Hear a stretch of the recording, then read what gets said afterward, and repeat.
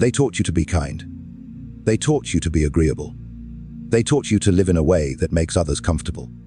But no one warned you of the cost. The cost is your identity. The cost is your power.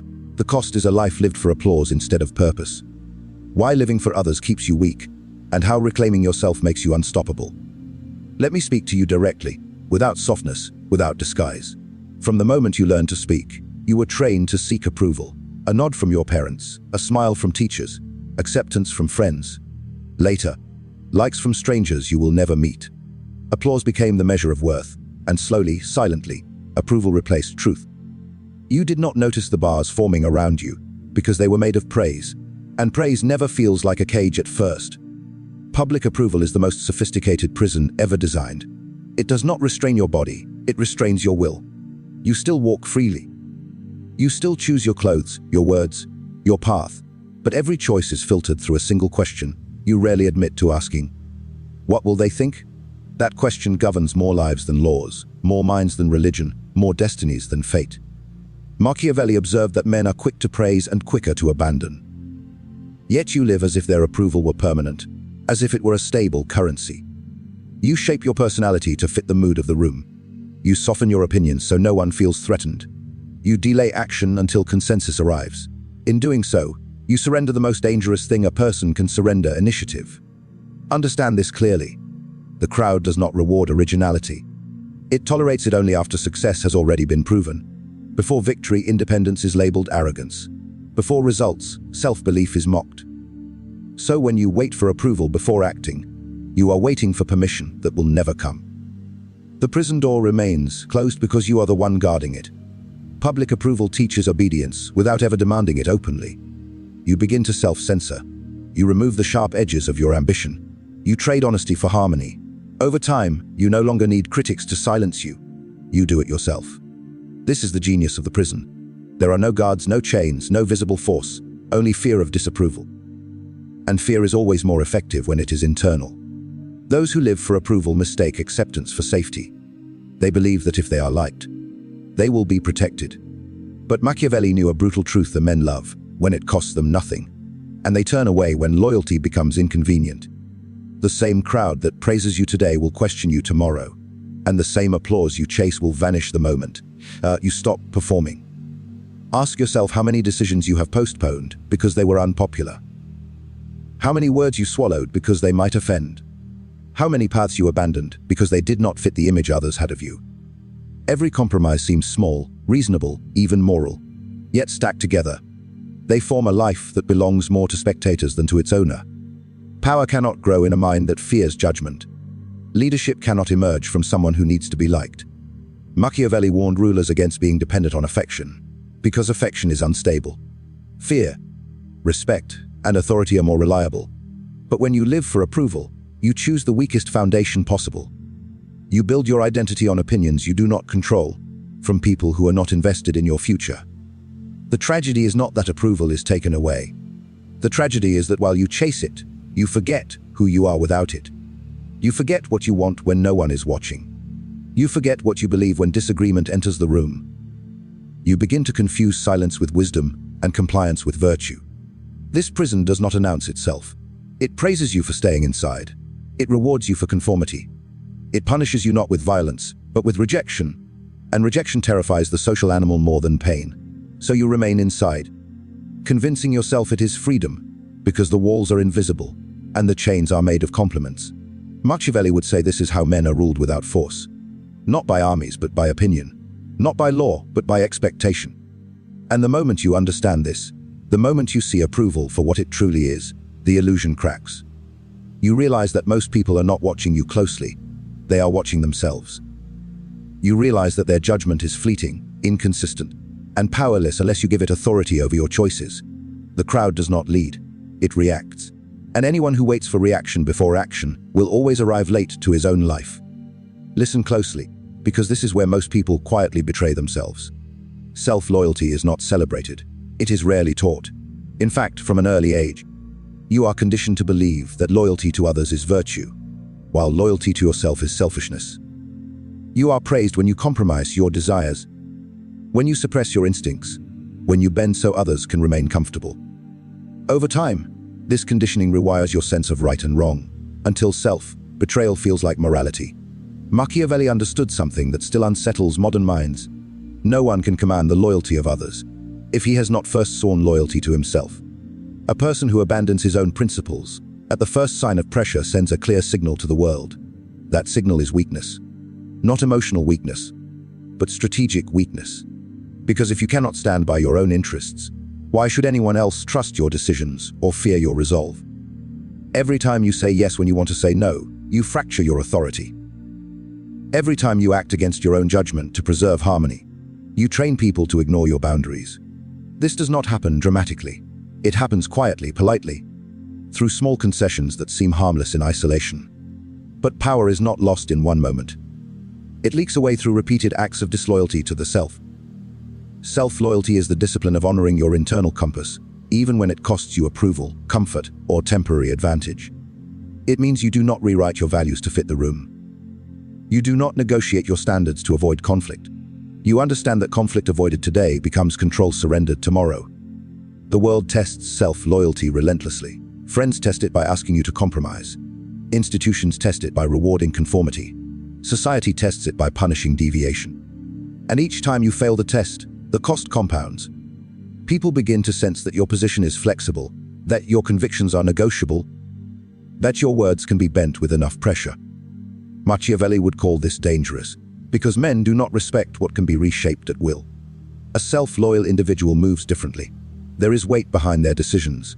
When they speak, there is no desperation for agreement. When they act, there is no need for validation. This steadiness unsettles people because it removes leverage. You cannot threaten someone who has already accepted the consequences of standing alone. Do not misunderstand this. Self-loyalty does not mean impulsiveness or emotional stubbornness. It means clarity. It means you know what you stand for before the test arrives. Those who lack self-loyalty often believe they will decide in the moment, but in the moment, fear speaks louder than principle. Preparation is loyalty practiced in advance. Machiavelli warned that a ruler who changes course to satisfy every demand soon becomes irrelevant. The same is true for individuals. When your identity shifts depending on who is watching, you become unreadable even to yourself. And when you cannot predict your own actions, others will predict them for you, manipulate them, and exploit them. Self-loyalty is where power stabilizes. It creates internal order, and internal order is always visible from the outside. People sense it in posture, in tone, in timing. They may not agree with you, but they will adjust to you. That adjustment is the beginning of influence. Many people believe power comes from alliances, popularity, or numbers. Machiavelli knew better. Those things are fragile without a solid core. Self-loyalty is that core. It is the anchor that prevents you from drifting toward every voice that calls your name. Without it, you are endlessly reactive, endlessly accommodating, endlessly controlled. When you abandon yourself to please others, you do not gain loyalty, you lose credibility. People may take advantage of your flexibility, but they will never follow it. Leadership, whether in a room, a family, or a society, emerges from consistency. And consistency is impossible without loyalty to the self. This is why the world often resists self-loyal individuals at first. They disrupt unspoken hierarchies. They refuse roles assigned to them. They act as if their internal authority matters more than external pressure. That refusal is threatening because it exposes how many people are living on borrowed approval rather than personal conviction. Once you recognize this, you begin to see power not as domination, but as alignment. Alignment between what you believe, what you say, and what you do. That alignment cannot be granted by others. It can only be claimed through unwavering self-loyalty. Let me remove a dangerous illusion that has been carefully planted in your mind. You were taught that sacrifice earns respect. That if you give enough, endure enough, and place others before yourself long enough, the world will eventually recognize your value. This belief sounds noble, but Machiavelli would call it a strategic error. History does not elevate those who bleed quietly for others. It elevates those who command outcomes. Watch carefully how people actually behave, not how they speak. They praise sacrifice in words, but they reward strength in action. They admire endurance, but they follow decisiveness. The one who carries everyone's burden is thanked, then forgotten. The one who sets direction is remembered, even if his path was ruthless sacrifice. When unchosen or unreciprocated, signals availability, and availability invites exploitation. The more you give without asserting boundaries, the more people assume your resources are unlimited. Your time, your energy, your loyalty become expected rather than appreciated. Machiavelli understood that men grow accustomed to benefits quickly and resent the moment those benefits are withdrawn. This is why those who live for others often feel invisible. They do everything right and still remain undervalued. Not because they lack worth, but because they present themselves as expendable. Strength, on the other hand, communicates scarcity. It suggests that access to you, your effort, and your cooperation is conditional, and people instinctively value what is conditional. Strength is not cruelty, it is clarity. It is the refusal to be consumed by the needs of others at the expense of your own mission. A strong individual decides what he will give, when he will give it, and at what cost. This control changes how others interact with him. Requests become negotiations. Expectations become restrained. Respect begins to replace entitlement. Machiavelli warned leaders against excessive generosity, because generosity without power weakens authority. The same law applies to individuals. When you sacrifice constantly, you reduce your leverage. You train others to see you as a resource, not a force. And resources are used, not honored. Notice how people respond to those who never overextend themselves. Their words carry more weight. Their absence is felt. Their approval becomes valuable. This is not because they are morally superior, but because they have established strength through self-preservation. Strength creates gravity. Sacrifice disperses it. The tragedy is that many people sacrifice hoping it will turn into influence. They believe if they are patient enough, kind enough, selfless enough, someone will notice and reward them. Machiavelli would say this is trusting in gratitude, one of the most unreliable human traits. Gratitude fades quickly when it conflicts with self-interest. Those who are strong do not beg for recognition. They create situations where recognition becomes unavoidable. They set terms. They make decisions that alter outcomes, even when people disagree with them. They acknowledge their impact. Influence is born from consequence, not compliance. This is why the world often resents strength while depending on it. People complain about firm leaders but collapse without them. They criticize boundaries but exploit openness. They demand sacrifice from others while protecting their own interests. Understanding this contradiction frees you from naive expectations. Strength forces people to adjust their behavior. Sacrifice encourages them to maintain it. One reshapes the environment, the other adapts to it endlessly. Machiavelli admired those who could shape circumstances rather than submit to them. Submission, even when praised, rarely leads to power. When you stop sacrificing blindly, you may be accused of changing, of becoming cold, of thinking only of yourself. These accusations are a sign that the old dynamic no longer benefits others. Strength disrupts comfort. It introduces limits, and limits reveal intentions. The world does not reward those who suffer in silence. It rewards those who act with intention and preserve their position. Sacrifice without strength is simply loss disguised as virtue. Strength with restraint is authority disguised as calm. Once you internalize this, your behavior changes. You stop over-explaining. You stop overgiving. You stop seeking appreciation for what you provide. Instead, you focus on building capacity, control, and direction. And as these increase, so does the way people respond to you. Understand this before you misunderstand the world. Independence does not announce itself with applause. It arrives quietly, and when it does, it disturbs the balance of those who rely on predictability. An independent person cannot be easily influenced, anticipated, or controlled, and that uncertainty makes people uneasy. Machiavelli observed that men fear what they cannot manage more than what they openly oppose. When you begin to act independently, resistance appears almost immediately, not because you are wrong, but because your behavior disrupts expectations. People are comfortable when you play the role assigned to you. They know how to speak to you, how to pressure you, how to benefit from your compliance. Independence removes that comfort. It forces others to renegotiate their position in relation to you. This is why independence is often mistaken for rebellion. It is labeled defiance, arrogance, or selfishness. These labels are not descriptions of your actions. They are reactions to lost control. Machiavelli would remind you that accusations often reveal the accuser's vulnerability. When your independence threatens someone's influence, they respond with moral judgment. At first, independence isolates. You may notice fewer invitations, less praise, more silence. This is not punishment. It is recalibration. People step back to see if your stance is temporary or permanent. They wait to see if pressure will return you to obedience. Many abandon independence at this stage, mistaking resistance for failure. But independence, when sustained, changes the dynamic. What was once feared becomes respected, not because others suddenly agree with you, but because consistency signals resolve. Machiavelli valued resolve above popularity. A ruler who stands firm forces others to adapt. A ruler who bends invites endless demands. Independence introduces unpredictability, and unpredictability is power when paired with purpose. When people cannot easily predict your reactions, they become cautious. Caution is the beginning of respect. They choose their words more carefully. They consider your position before acting. They recognize that influence over you is no longer guaranteed.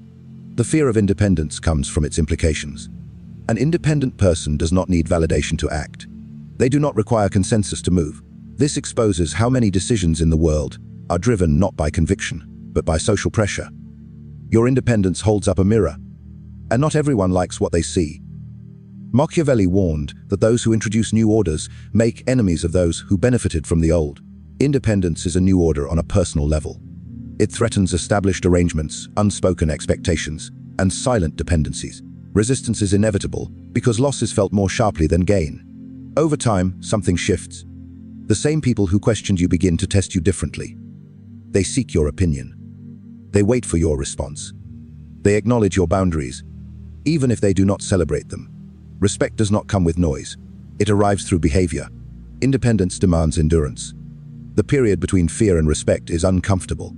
It requires you to remain steady without reinforcement, to act without applause, to trust your judgment when others withdraw theirs. This is where most people fail. They mistake loneliness for error and return to familiar submission. But Machiavelli understood that authority is never granted willingly. It is accepted reluctantly. Independence must be proven through consistency. Each time you act according to your own principles, despite resistance, you reinforce your position. Each time you retreat to regain approval, you weaken it. Independence also clarifies relationships. Those who remain respect you for who you are, not for what you provide. Those who leave were attached to your compliance, not your character. This separation is painful but strategic. Power requires discernment, and discernment requires distance. The world eventually organizes itself around those who do not need permission. Fear fades when resistance fails. What remains is acknowledgement. Not admiration, not affection, but recognition of autonomy. And recognition of autonomy is the foundation of lasting respect. Independence reshapes your presence. You speak less, but with intention. You act less, but with impact. You no longer rush to be understood, because understanding is no longer required for action. In this state, fear has already done its work, and respect quietly takes its place. Now you see the pattern. Approval was never freedom, it was a leash you learned to hold yourself. Disloyalty to yourself was never kindness, it was surrender disguised as virtue. Sacrifice was never rewarded the way you were promised, only strength was. And independence was never welcomed, only respected after it proved it would not retreat. This is not a call to cruelty, it is a call to clarity. Machiavelli never asked men to be loved at the cost of power. He asked them to understand the world as it is, not as they wish it to be. When you live for others, your life becomes a negotiation. When you live for yourself, your life becomes a position. From this moment forward, every choice reveals who holds authority over you, your fear of judgment, or your commitment to your own will. The world will not stop testing you. It will offer comfort in exchange for obedience, praise in exchange for silence, belonging in exchange for your spine. And every time, the decision will be the same. To return to the prison you recognize, or to walk forward alone long enough for respect to catch up. Power does not announce itself. It accumulates in those who stop asking permission to exist. Live for yourself, not because others are unimportant, but because a man who does not own himself will always belong to someone else.